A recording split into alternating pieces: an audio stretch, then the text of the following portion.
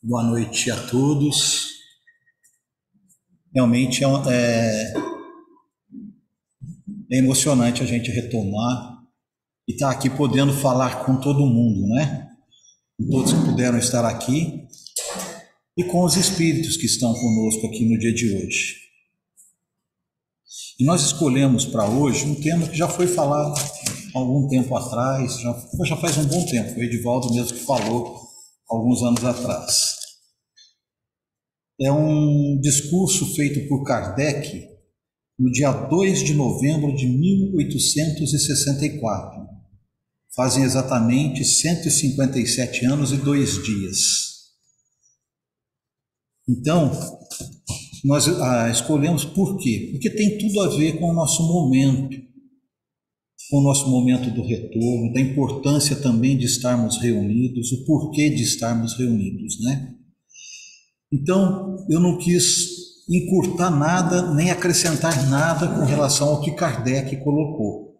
É um texto um pouco longo, eu vou procurar passar ele bem pausado, com bastante naturalidade, para que a gente possa refletir sobre o assunto, para que a gente vá pensando, não exclusivamente no momento, vamos supor, do nosso dia 2 de novembro, o dia de finados, o dia em que costumeiramente as pessoas comemoram e homenageiam os mortos, né?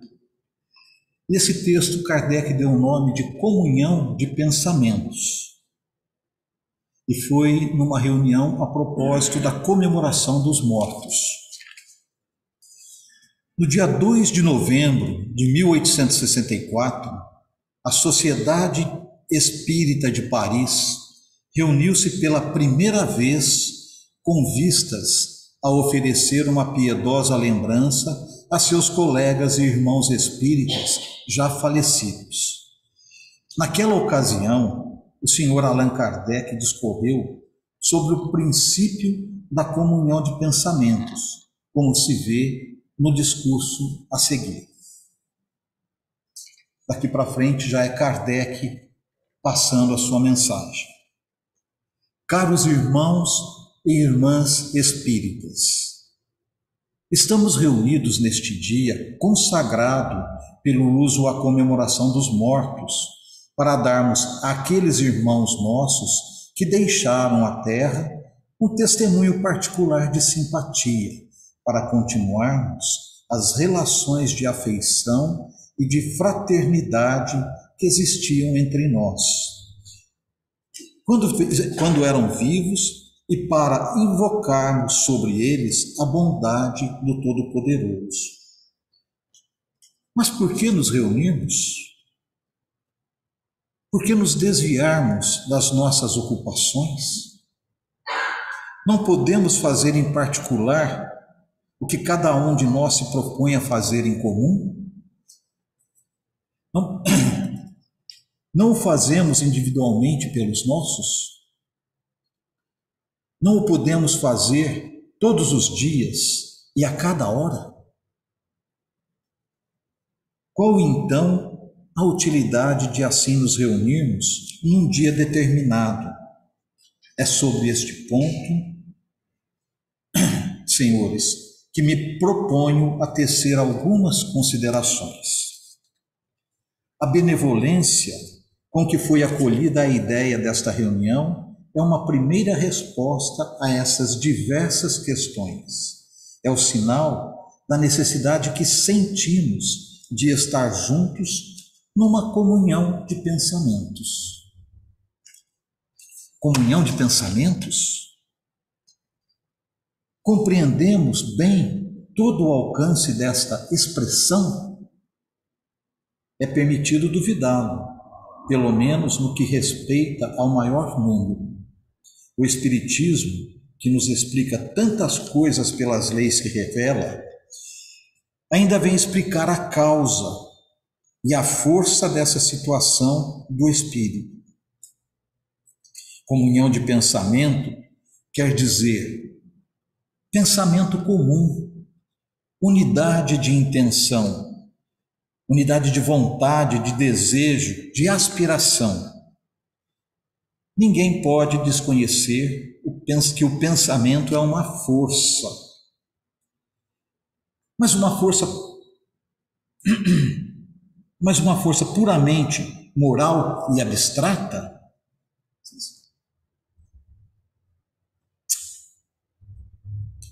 Não, do contrário. Não se explicariam certos efeitos do pensamento e ainda menos a comunhão de pensamento. Para compreendê-lo, é preciso conhecer as propriedades e a ação dos elementos que constituem nossa essência espiritual, e ao Espiritismo que nos ensina. O pensamento é um atributo característico do ser espiritual. É ele que distingue o espírito da matéria. Sem o pensamento, o espírito não seria espírito. A vontade não é um atributo especial do espírito. É o pensamento chegado a um certo grau de energia. É o pensamento transformado em força motriz. É pela vontade que o espírito imprime aos membros e ao corpo movimentos num determinado sentido. Mas se ele tem a força de agir sobre os órgãos materiais, quanto maior não deve ser essa força sobre os elementos fluídicos que nos rodeiam. O pensamento atua sobre os fluidos do ambiente, como o som age sobre o ar. Esses fluidos nos trazem o pensamento, como o ar nos traz o som. Pode, pois, dizer-se com toda a verdade que há nesses fluidos ondas e raios de pensamentos que se cruzam sem se confundirem, como há no ar ondas e raios sonoros. Uma assembleia é um foco onde irradiam pensamentos diversos. É como uma orquestra, um coro de pensamentos, onde cada um produz a sua nota. Disto resulta uma imensidão de correntes e de eflúvios fluídicos, dos quais cada um recebe a impressão pelo sentido espiritual, como um coro musical, cada um recebe a impressão dos sons pelo sentido da audição. Mas assim como há raios sonoros harmônicos ou discordantes, também há pensamentos harmônicos ou discordantes. Se o conjunto for harmônico, a impressão é agradável. Se discordante, a impressão será penosa. Ora, para isto, não é necessário que o pensamento seja formulado em palavras. A irradiação fluídica não deixa de existir, quer seja ou não expressa em palavras. Se todas forem benéficas, os assistentes experimentarão um verdadeiro bem-estar e se sentirão à vontade. Mas, se se misturarem alguns pensamentos maus, produzirão um efeito de uma corrente de ar gelado no meio tépido. Olha só o que um pensamento discordante faz num conjunto de pensamentos bons, né? Tal é a causa do sentimento de satisfação que se experimenta numa reunião simpática. Aí reina uma espécie de atmosfera moral salubre, onde se respira à vontade. Daí se sai reconfortado, porque aí nos impregnamos de eflúvios fluídicos salutares. Assim, também se explicam a ansiedade e o mal-estar indefinível que se sente num meio antipático, onde os pensamentos malévolos provocam, a bem dizer, correntes fluídicas malsãs.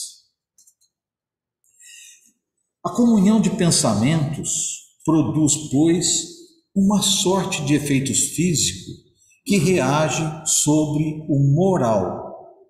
Só o Espiritismo poderia fazê-lo compreender. O homem o sente instintivamente, já que procura as reuniões onde sabe encontrar essa comunhão. Nessas reuniões homogêneas e simpáticas, aurem novas forças morais. Poder-se-ia dizer que aí recupera as perdas fluídicas perdidas diariamente pela irradiação do pensamento, como recupera pelos alimentos a perda do corpo material. A importância das boas vibrações nas nossas reuniões, não? Essas considerações, senhores e caros irmãos, parecem afastar-nos do objetivo principal da nossa reunião e, contudo, elas nos conduzem diretamente a ele. As reuniões que têm por objetivo a comemoração dos mortos repousam sobre a comunhão de pensamentos. Para compreender a sua utilidade, era necessário bem definir os efeitos desta comunhão. Para a explicação das coisas espirituais, por vezes, sirvo de comparações muito materiais e talvez mesmo um tanto forçadas, que nem sempre devem ser tomadas ao pé da letra. Mas é procedendo por analogia do conhecimento para o desconhecido, do conhecido para o desconhecido, que chegamos a perceber, ao menos aproximadamente, do que escapa aos nossos sentidos. É a essas comparações que a doutrina espírita deve, em grande parte, ter sido tão facilmente compreendida, mesmo pelas mais vulgares inteligências, ao passo que, se eu tivesse ficado nas abstrações da filosofia metafísica, ainda hoje só teria partilhado por algumas inteligências de escola. Ora, desde o princípio, importava que ela fosse aceita pelas massas, porque a opinião destas exerce uma pressão que acaba fazendo lei e triunfando das mais tenazes oposições.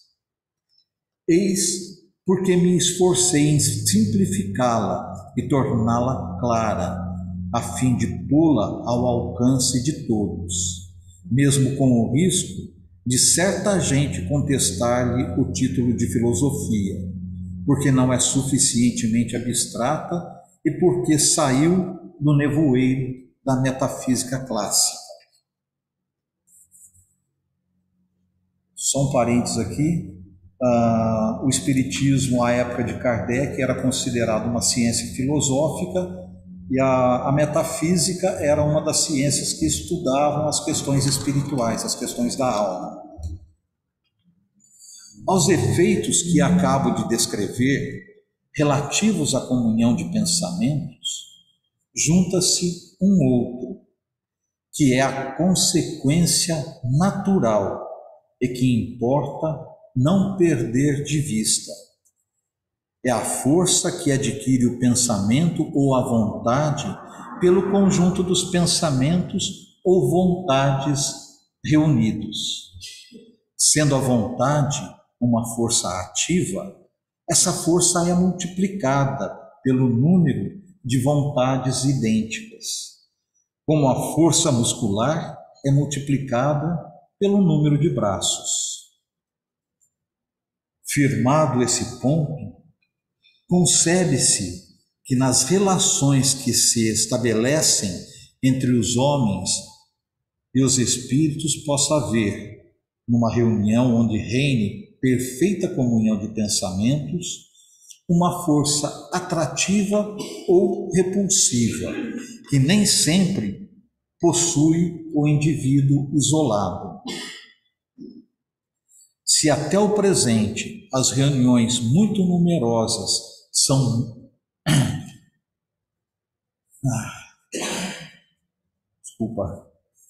As reuniões muito numerosas são menos favoráveis é pela dificuldade de obter uma perfeita harmonia de pensamentos, resultante da imperfeição humana na Terra.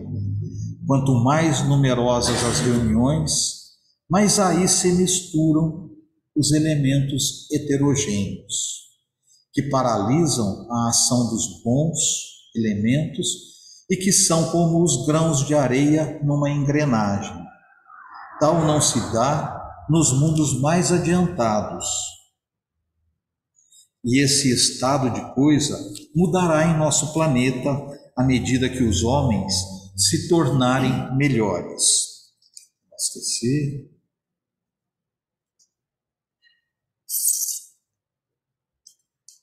Para os espíritas, a comunhão de pensamentos tem um resultado ainda mais especial. Temos visto o efeito desta comunhão de homens de bem. Prova-nos o Espiritismo que ele não é menor dos homens aos espíritos, e reciprocamente. Com efeito, se o pensamento coletivo adquire força pelo número, um conjunto de pensamentos idênticos, tendo o bem por objetivo, terá mais força para neutralizar a ação dos espíritos maus. Também vemos que a tática desses últimos é levar à divisão e ao isolamento.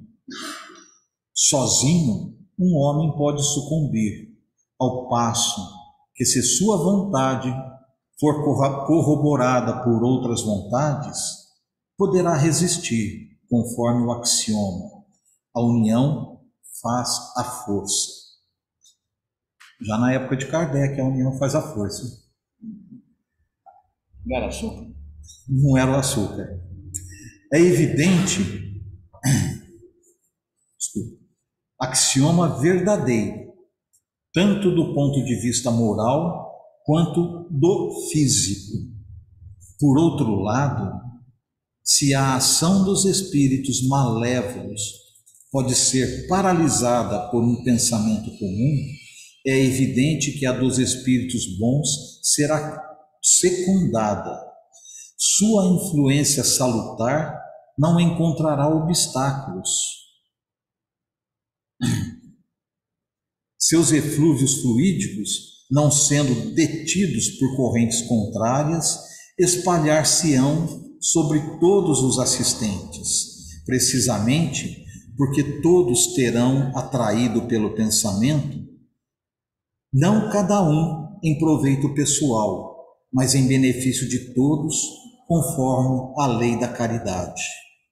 Descerão sobre eles como línguas de fogo, para nos servirmos de uma admirável imagem do Evangelho. Assim, pela comunhão de pensamentos, os homens se assistem entre si e, ao mesmo tempo, assistem aos espíritos, e são por estes assistidos. Nós nos assistimos entre nós nos auxiliamos entre nós auxiliamos de alguma forma os espíritos e somos auxiliados pelos espíritos. As relações entre os mundos visível e invisível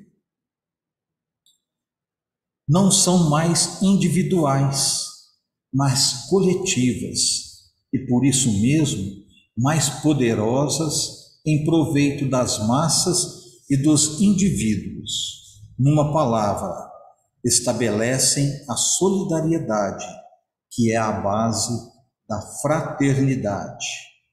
Cada qual trabalha para todos e não apenas para si. E trabalhando para todos, cada um aí encontra a sua parte. É o que o egoísmo não compreende. Acho importante a gente, vou até voltar esse parágrafo. Olha só, assim, pela comunhão de pensamentos, os homens se assistem entre si e, ao mesmo tempo, assistem aos espíritos e são por estes assistidos. As relações entre os mundos visível e invisível não são mais individuais, mas coletivas, e por isso mesmo mais poderosas em proveito das massas e dos indivíduos. Numa palavra, estabelecem a solidariedade, que é a base da fraternidade. Cada qual trabalha para todos, e não apenas para si. E trabalhando para todos, cada um aí encontra a sua parte. É o que o egoísmo não compreende. Todas as reuniões religiosas, seja qual for o culto a que pertençam, são fundadas na comunhão de pensamentos. Com efeito, é aí que podem e devem exercer a sua força, porque o objetivo deve ser a liberação do pensamento das amarras da matéria. Infelizmente, a maioria se afasta desse princípio à medida que a religião se torna uma questão de forma. Olha só, infelizmente, a maioria se afasta desse princípio. Qual o princípio? O princípio que deve ter por objetivo a libertação do pensamento e das amarras da matéria. Disto resulta que cada um, fazendo o seu dever, consistir na realização da forma, disto resulta que cada um, fazendo o seu dever, consistir na realização da forma, se julga quites com Deus e com os homens, desde que praticou uma fórmula. Resulta ainda que cada um vai aos lugares de reuniões religiosas com um pensamento pessoal, por sua própria conta, e na maioria das vezes sem nenhum sentimento de confraternidade em relação aos outros assistentes. Fica isolado em meio à multidão e só pensa no céu para si mesmo. Por certo, não era assim que o entendia Jesus, ao dizer: quando duas ou mais pessoas estiverem reunidas em meu nome, aí estarei entre elas. Reunidos em meu nome, isto é, com um pensamento comum, mas não se pode estar reunido em nome de Jesus sem assimilar os seus princípios, a sua doutrina. Ora, qual é o princípio fundamental da doutrina de Jesus? A caridade, pensamentos, palavras e ações. Mentem os egoístas e os orgulhosos quando se dizem reunidos em nome de Jesus, porque Jesus não os conhece por seus discípulos. Chocadas por esses abusos e desvios, há pessoas que negam a utilidade das assembleias religiosas e, em consequência, as da edificações consagradas a tais templos, uma vez que o templo de Deus está em toda parte, e em toda parte ele pode ser adorado, que cada um pode orar em sua casa e a qualquer hora, enquanto os pobres, os doentes, os enfermos necessitam de lugar para refúgio. Mas por que cometeram abusos? Porque se afastaram do reto caminho, devemos concluir que não existe o reto caminho e que tudo quanto se abusa seja mal? Não, certamente. Falar assim é desconhecer a fonte e os benefícios da comunhão de pensamentos, que deve ser a essência das assembleias religiosas. É ignorar as causas que a provocam. Concebe-se que os materialistas professem semelhantes ideias, já que em tudo fazem abstração da vida espiritual, mas da parte dos espiritualistas, e melhor ainda, dos espíritas, seria um contrassenso. O isolamento religioso, assim como o isolamento social, conduz ao egoísmo. Que alguns homens sejam bastante fortes por si mesmos, largamente dotados pelo coração, para que sua fé e caridade não necessitem ser revigorados num foco comum. É possível, mas não é assim com as massas, por lhes faltar um estimulante, sem o qual poderiam se deixar levar pela indiferença. Além disso, qual o homem que poderá dizer-se bastante esclarecido para nada ter a aprender no tocante de seus interesses futuros? Será sempre capaz de instruir-se por si mesmo? Não. A maioria necessita de ensinamentos diretos.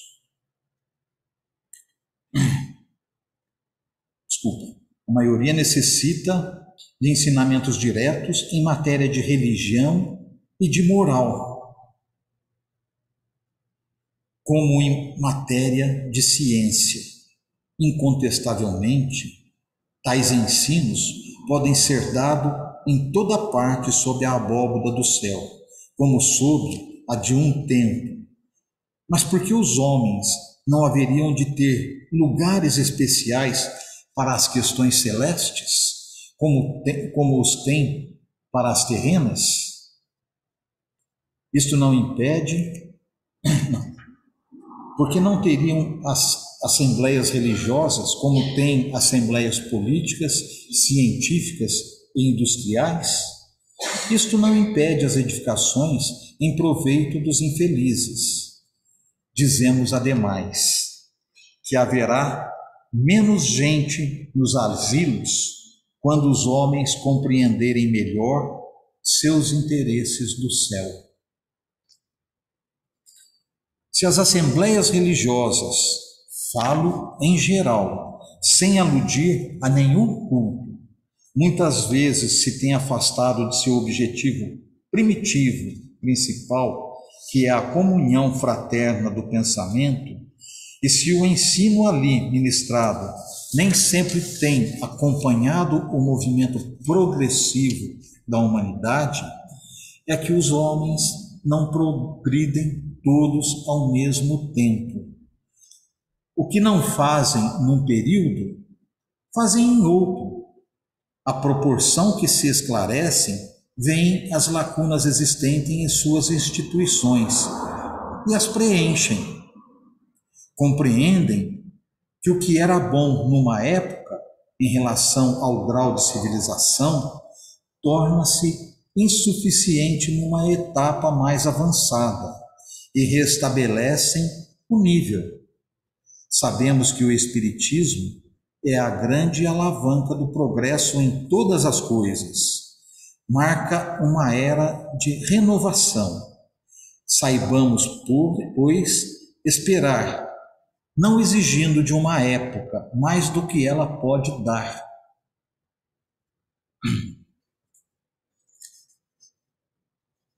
Como as plantas, é preciso que as ideias amadureçam, para que seus frutos sejam colhidos. Saibamos, além disso, fazer as necessárias concessões às épocas de transição, porque na natureza nada se opera de maneira brusca e instantânea. Em razão do motivo que hoje nos une, senhores e caros irmãos, julguei oportuno aproveitar a circunstância para desenvolver o princípio da comunhão de pensamentos, do ponto de vista do Espiritismo, sendo nosso objetivo unir-nos em intenção para oferecer em comum um testemunho particular de simpatia aos nossos irmãos falecidos, poderia ser útil chamar nossa atenção quanto às vantagens da reunião. Graças ao Espiritismo, compreendemos a força e os efeitos do pensamento coletivo. Melhor explicarmos o sentido de bem-estar que experimentamos no meio homogêneo e simpático. Mas, igualmente, sabemos que se dá o mesmo com os espíritos, porque eles também recebem os eflúvios de todos os pensamentos benevolentes, que, como numa nuvem de perfume, se elevam para eles. Os que são felizes experimentam a maior alegria neste concerto harmonioso. Os que sofrem sentem-se mais aliviados. Cada um de nós, em particular, ora, de preferência por aqueles que o interessam ou que mais estimam. Façamos que aqui todos tenham sua parte nas preces que dirigimos a Deus. Palavras de Kardec, em 2 de novembro de 1864, na Sociedade Parisiense de Estudos Espíritas. Então, gente, não daria para modificar qualquer coisa ou para resumir o pensamento de Kardec nessa união de pensamentos. A gente observou durante ao nosso distanciamento físico, mas quando conseguimos manter as nossas reuniões online, nós conseguimos manter essa união de pensamentos, mesmo à distância, mas conectados pela nossa telinha. Eu sentia, como Kardec diz, que uma reunião é um ser coletivo. Eu sentia esse ser coletivo. Eu sentia que eu tinha uma expansividade fluídica e que reunia com todos os que estavam participando da nossa assembleia online. E que realmente tinha num ponto determinado esse encontro dos fluidos, da energia de cada um, que era unida pelo pensamento e pelo sentimento de todos. E quanto fizemos isso praticamente nesse ano, pouco mais de ano e meio, né? O quanto que sentimos as vibrações de cada um, o quanto que isso nos fortaleceu para mantermos a conexão das nossas reuniões, pelo menos de cada participante que ali estava. Nós tínhamos uma média de 15 a 20 pessoas toda quinta-feira. Toda segunda-feira nós temos uma média de 20 pessoas, toda quarta-feira em torno de 15 a 18 pessoas. Tem um outro grupo de estudo que eu participo de sábado, é uma média de 15 pessoas, 15 a 20 pessoas. Então esses grupos, na maior parte fixo, mantiveram a estabilidade espiritual nossa, mantiveram a conexão na nossa casa. E numa primeira oportunidade que tivemos, a oportunidade de ter a palavra da espiritualidade, Zé Grosso ainda brincou comigo, porque eu falava com a Zuleika: Zuleika, precisamos observar onde está esse ser coletivo que eu não consegui enxergar, não consegui perceber ainda. Aí o Zé Grosso me falou: esse ser coletivo que você procura existe sim, só que ele está no plano espiritual, fora da condição de percepção na matéria. Então nós não vamos encontrar. E da mesma forma que fazemos a nossa assembleia aqui, nós fazíamos a nossa assembleia online também, vamos manter algumas, e realmente é o que nos sustentou durante esses meses. Essa união de pensamentos, essa comunhão de pensamentos em torno da doutrina, em torno da vibração para os enfermos, em todas elas. Então, o texto era longo, não dava para a gente modificar e seria interessante passar. Então, não dá para comentar, porque o que eu falei, se a gente comentar, cada parágrafo desse aqui daria uma aula, daria um estudo bastante prolongado. Então, nós vamos encerrando aqui a parte da gravação e da transmissão, tá?